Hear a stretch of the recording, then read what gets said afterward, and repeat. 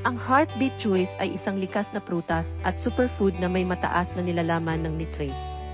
Ito ay naglalaman ng 24 na iba't ibang prutas at herbal na sangkap, kasama ang beetroot, guyabano, hibiscus russell, pin bark, purple corn, seaweeds, grapeseed, moringa sin, bomera, pomegranate, Gymnosperma pentaphyllum, wheatgrass, barley grass, cordyceps, Siberian ginseng, reishi mushroom, stevia, acai berries, blaeberries, cranberries, raspberries, blackberries, goji berries.